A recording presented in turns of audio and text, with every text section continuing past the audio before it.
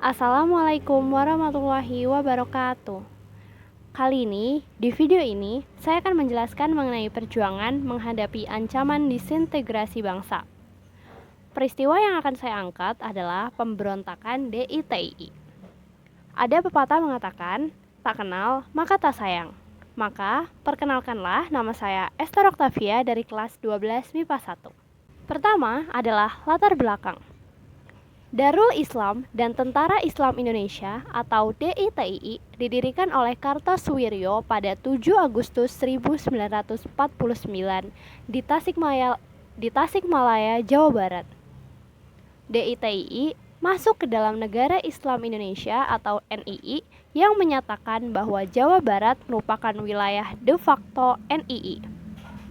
Awal Kartosuwiryo mendirikan NII dan DITI karena menganggap bahwa riwayat Republik Indonesia telah habis setelah agresi militer Belanda kedua pada 1948. Pemberontakan DITI akhirnya menyebar ke beberapa wilayah di Indonesia seperti Jawa Barat, Jawa Tengah, Aceh, Sulawesi Selatan, dan Kalimantan Selatan. Pertama, kita akan membahas mengenai pemberontakan DITI di Jawa Barat. Pemberontakan DITI di Jawa Barat. DITI di Jawa Barat yang merupakan pusat pemberontakan menganggap bahwa pasukan TNI merupakan pasukan liar dan harus disingkirkan dari Jawa Barat. Hal tersebut yang membuat DITI menjadi gerakan separatisme karena mengacaukan kestabilan pemerintah Indonesia dengan mendirikan negara sendiri. Pemerintah Indonesia menerapkan jalan damai untuk menyelesaikan DITI di Jawa Barat. Namun, Kartosuwiryo menolak jalan damai karena hanya menerima perundingan jika pemerintah Indonesia mengakui keberadaan NII. Karena jalan damai ditolak, pemerintah akhirnya melakukan operasi militer. Pasukan Siliwangi menerapkan operasi Baratayuda dengan mengepung dari segala arah untuk mendesak kelompok DITI.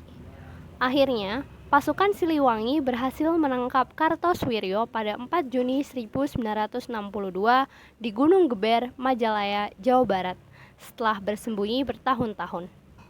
Pada 5 September 1962, pemerintah Indonesia mengeksekusi mati Kartosuwiryo di Pulau Ubi, Kepulauan Seribu, Jakarta.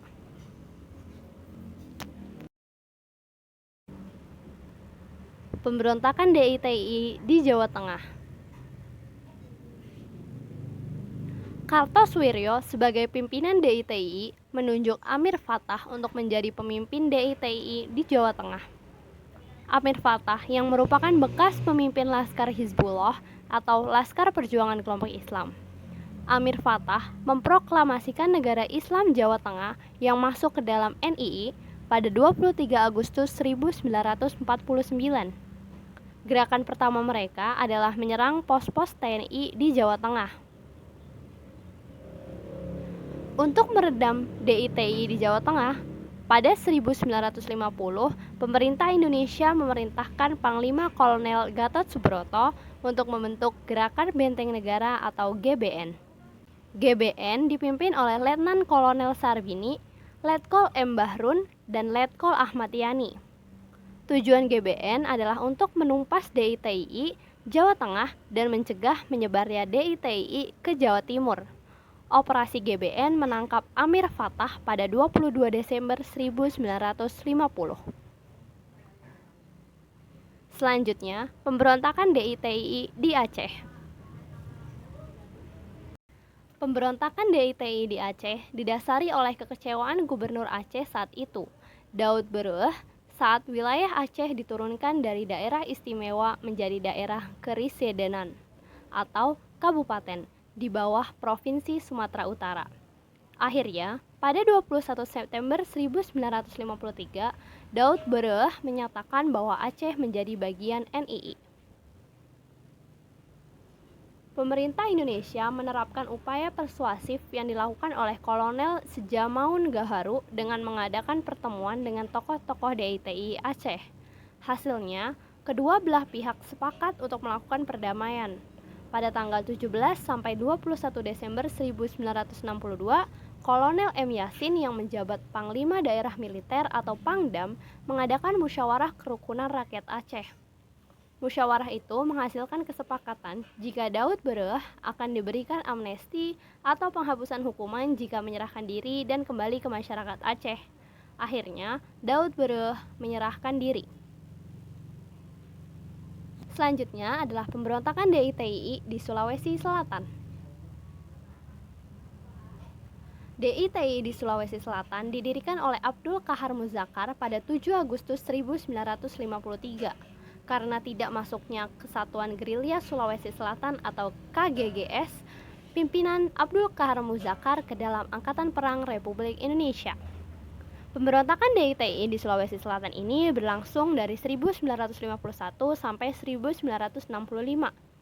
Perlawanan DITI di Sulawesi Selatan berhasil diredam saat pasukan Siliwangi berhasil menembak mati Qahar Muzakkar pada 3 Februari 1965 lewat operasi militer.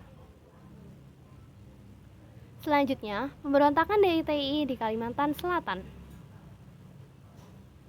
DITI di Kalimantan Selatan dipimpin oleh Ibnu Hajar dan menyatakan sebagai bagian dari DITI di akhir tahun 1954. Hal tersebut didasari oleh laskar-laskar di Kalimantan Selatan yang tidak dapat bergabung ke APRIS karena tidak lulus tes. Akhirnya, Ibnu Hajar membentuk Kesatuan Rakyat Jang Tertindas atau KRJT. Untuk menghadapi pemberontakan DITI di Kalimantan Selatan, pemerintah Indonesia melakukan operasi militer dan pada 1959, APRIS berhasil menangkap Ibnu Hajar dan menjatuhkan hukuman mati pada 22 Maret 1965. Sekian penjelasan dari saya, kurang lebihnya mohon maaf. Wassalamualaikum warahmatullahi wabarakatuh.